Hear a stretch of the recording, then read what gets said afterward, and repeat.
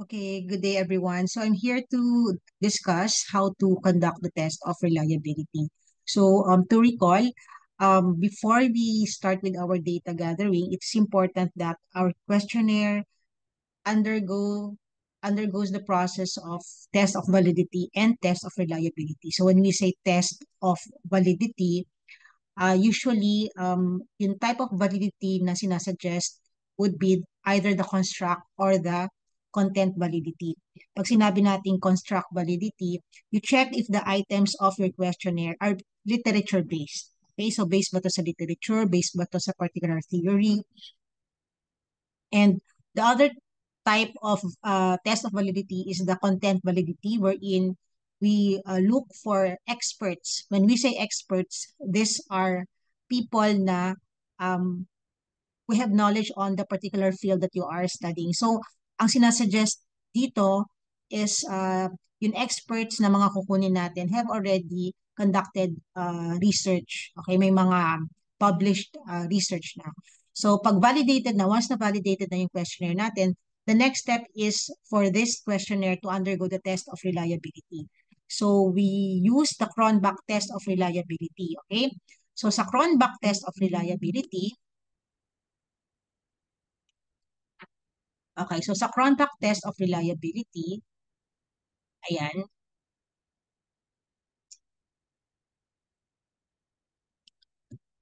Okay, so actually maraming test of reliability, pero ang madalas na ginagamit natin is the Cronbach Alpha. Okay, so sa test of reliability, of course, aside from determining if the items or indicators are attributes of your variable, tinetest din dito yung internal consistency. Okay, so sabi dito, it is reliable if a person's score on the same test given twice is similar or highly correlated. Okay, so the acceptable values of Cronbach alpha should range from 0.7 to 0.95. So at least 0.7 ang makuha natin para masabi natin na acceptable ang internal consistency ng mga indicators ng questionnaire natin. Okay, so Cronbach alpha can handle any combinations of dichotomously and polytomous scored items. So hindi lang Likert scale na 4 scale o kaya Likert scale na 5 scale, pwede rin siyang mag-evaluate ng test of reliability kung dichotomous yung mga options. For example, if your questionnaire is answerable by yes or no, true or false, or any binary na options. And then, Cronbach alpha is rooted in the tau equivalent model, which means alpha should only be computed for items that measure the same construct using the same format and same scale. Okay, so to illustrate this, I have here a sample questionnaire. Okay, so for example, this one, this is a questionnaire measuring the assessment of overall well-being. So meron siyang 6 areas. You have the social, physical, okay, emotional, intellectual, environmental, and spiritual. So bakit kailangan siyang dumaan ng test of reliability? Kasi aalamin natin kung ito bang mga items under social, physical, are attributes or contributes to the internal consistency of the questionnaire. Yung sinasabi ko kanina dun sa PowerPoint na dapat consistent, ibig sabihin, since you have 6 areas here, dapat yun per area natin is answerable by the same format. So under social wellness, it is you have these 5 indicators here and it's answerable by a Likert scale. This is actually a 4 scale Likert. So dapat consistent din siya. Ganon din ang magiging format niya ng mga options sa physical and other areas. So physical, emotional, and other areas. So hindi po pwede na kunwari, ang social wellness nga yan, naka 4 Likert scale. Pag abot niya sa physical wellness, naka true or false ka. Pag abot niya sa emotional wellness, naka 5 Likert scale ka. So hindi pwede. Dapat consistent tayo dun sa format ng mga options niya. Okay? Okay, ayan. So, which means alpha should only be computed for items that measure the same construct using the same format and same scale. Okay, so this is the range, specific range in the Cronbach alpha and then their corresponding interpretation or classification. So again, if you look at the table, ang kailangan natin na Cronbach alpha should be at least 0.7. Okay? So how do we run our questionnaire sa test of reliability? Okay. So first of all, dapat ma-install natin yun Jamovi natin. Okay? So, pakita ko lang. Okay, so I'll be providing you a link for this Jamovi. So, yung makikita kayo dito sa baba, solid saka current. Okay, so I suggest you install the solid. So, this will take you less than 5 minutes to install the Jamovi. Okay? Ayan. And then, going back, so ilan ba yung kailangan natin pag nag-conduct tayo ng pilot testing or pag iraran natin sa Jamovi? So sabi dito, pilot testing for reliability test is 20% of the samples or 30, whichever is higher.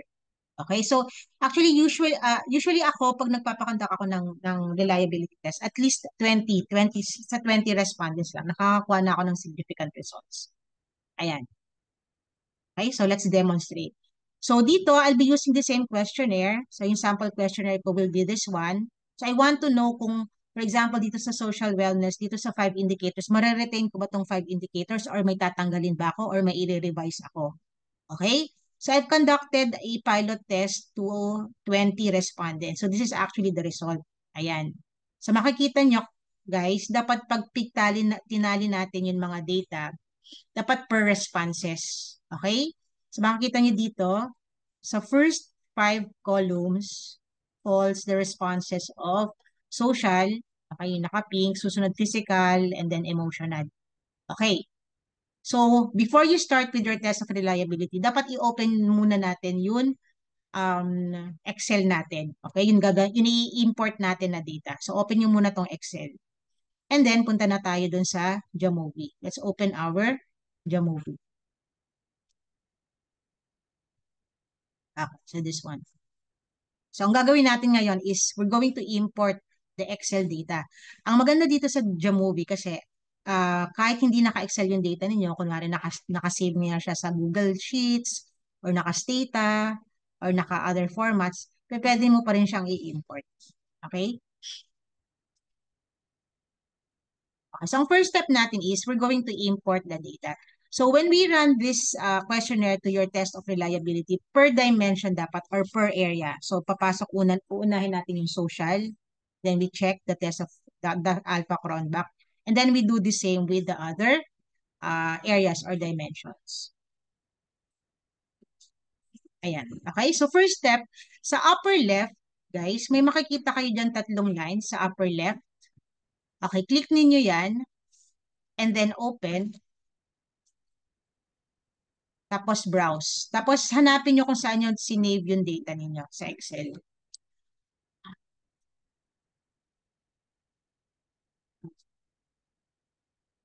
Okay? And then, pag na-open na natin yung data, lalabas naman siya sa left side. So makikita nyo dito sa Jamovi, ang interface niya is sa left side yung data, nasa right side yung result ng test. So, i-click po natin yung factor and then reliability analysis. Okay? Ayan. And then before we start, let us check. Default pong naka-check yung Cronbach alpha sa lower part. And then i-check din natin under the item statistics yung Cronbach alpha. Tapos if item is dropped. Yan. Okay? Tapos isa-isayin natin ipapasok yung mga indicators natin under social.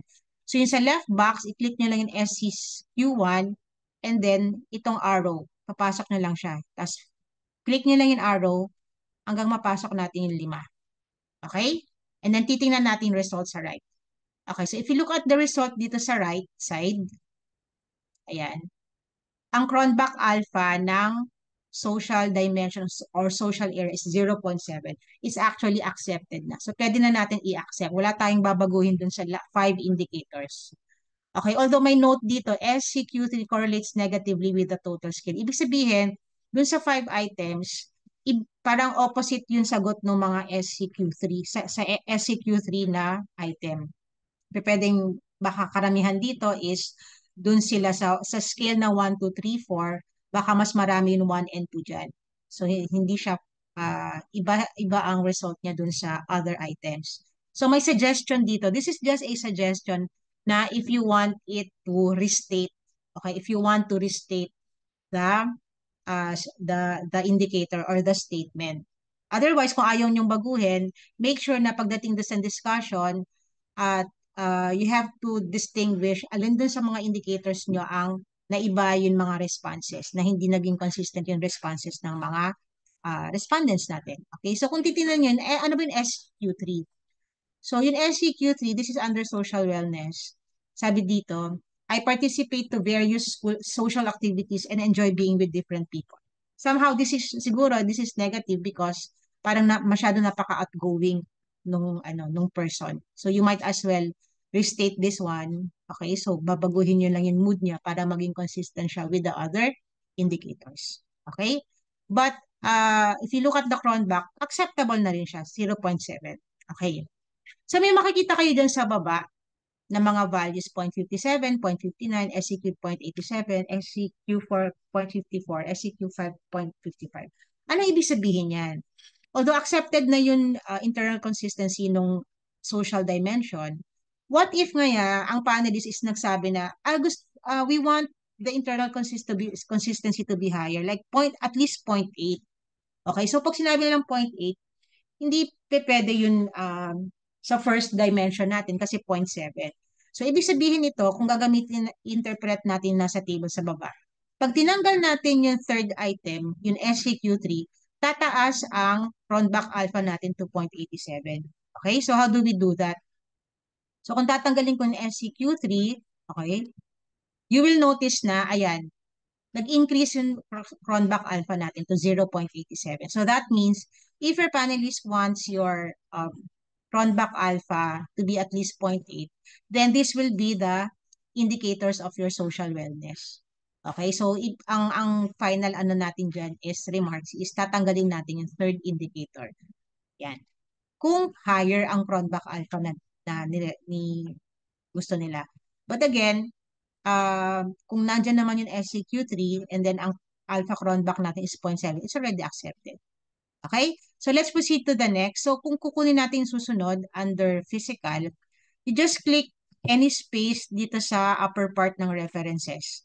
Otherwise kasi ma-overwrite, kung mag-i-input tayo ng panibagong variable, ma-overwrite yung result ng social. So mag-click lang kayo ng space dun sa baba ng result sa social. Okay, so same step, you click the analysis, and then click the factor, and then reliability analysis. Okay, tapos naka-default siya sa Cronbach, check natin yung sa item statistics na Cronbach alpha. Ayan, tapos enter na natin sa under sa physical. So PQ1, 2, 3, 4, 5. Okay, yan. So makikita nyo, 0.63 ang Cronbach alpha. Hindi siya accepted. Okay, kasi merong isang item, may item dyan na that makes the internal consistency lower than the required na 0.7. So makikita nyo, 1, 2, 3, 4, 5. Among these 5, it's the PQ4, which is equivalent to 0.72. Ibig sabihin, pag tinanggal natin yung fourth indicator, tataas ang Cronbach alpha natin. So let's do that. Okay, tanggalin natin siya. Okay, so tataas sa 0.72. Ibig sabihin, ang final questionnaire natin under physical, tatanggalin natin yung fourth indicator to make it the internal consistency acceptable. So that, ganyan po ang test of reliability. So, gagawin lang natin yung process sa mga susunod na dimensions. Okay? So, hopefully, you'll be able to get the process of the test of reliability uh, uh, to your questionnaire. So, once done, pag tapos nyo na to, pag nagawa nyo na yung mga corresponding appropriate actions as suggested by the reliability test, then you can start already with your data. Okay? So, that's it. Thank you very much.